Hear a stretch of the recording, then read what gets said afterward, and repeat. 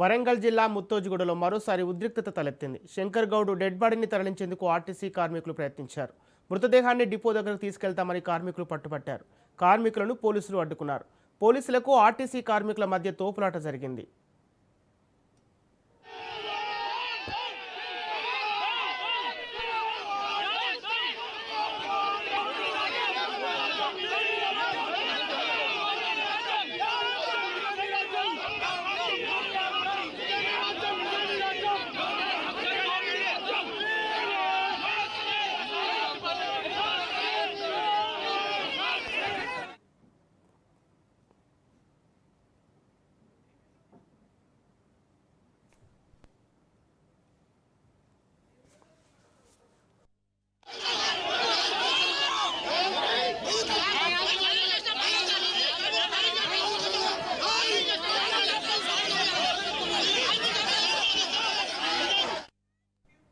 వరంగల్ జిల్లా ముత్తోజిపేటకు కేంద్ర మంత్రి బండి సంజయ్ వెళ్లారు. ఆర్టీసీ డ్రైవర్ శంకర్ గౌడ్ మృతదేహానికి బండి సంజయ్ నివాళులర్పించారు.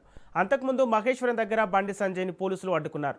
పోలీసుల తీరుపై బండి సంజయ్ ఆగ్రహం వ్యక్తం చేశారు. రోడ్లపై బైఠాయించి నిరసన తెలిపారు. ఇదే అంశానికి సంబంధించి పూర్తి డీటెయిల్స్ మా ప్రతినిధి రాజు లైవ్ ద్వారా అందిస్తారు. రాజు, వరంగల్ జిల్లా ముత్తోజిపేటలో ప్రస్తుతం ఎలాంటి పరిస్థితులు నెలకొన్నాయి?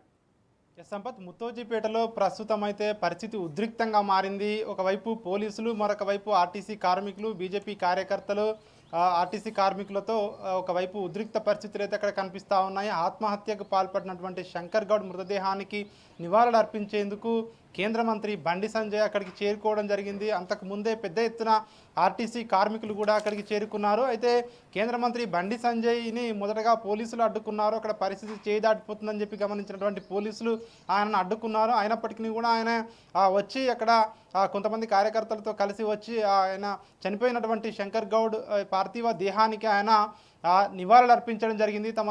వారి కుటుంబ సభ్యులను పరామర్శించారు. అయితే ప్రధానంగా ఇటు ఆర్టీసీ కార్మికులు కానివచ్చు, ఇటు కేంద్ర మంత్రి బండి సంజయ్ కానివచ్చు, ఈ చనిపోయినటువంటి శంకర్ గౌడ్ మృతదేహాన్ని నరసంపేట బస్ డిపోకు తీసుకెళ్లాలని చెప్పేసి మొదటి నుంచి కూడా ఆర్టీసీ కార్మికులు పట్టుబడుతున్నారు. ఎందుకంటే ఆర్టీసీలో ప్రభుత్వం ఏదైతే ఉందో, ప్రభుత్వం ఇప్పటికే ఆర్టీసీకి సంబంధించి ఈ యొక్క డిమాండ్లు నెరవేర్చకపోవడం వల్ల ఆయన ఆత్మహత్య చేసుకున్నాడు. కాబట్టి ఆర్టీసీ డిపో దగ్గరికి ఆ డెడ్ బాడీని తీసుకువెళ్తామని చెప్పి కూడా శాంతియుతంగా అక్కడికి తీసుకువెళ్తాము, అక్కడ నివాళులు అర్పిస్తారు కొంతమంది కార్మికులు అని చెప్పి ముందుగా పోలీసులకు చెప్పినా కూడా పోలీసులు ససేమిరా అంటా ఉన్నారు. దానికి అనుమతించడం లేదు పోలీసులు.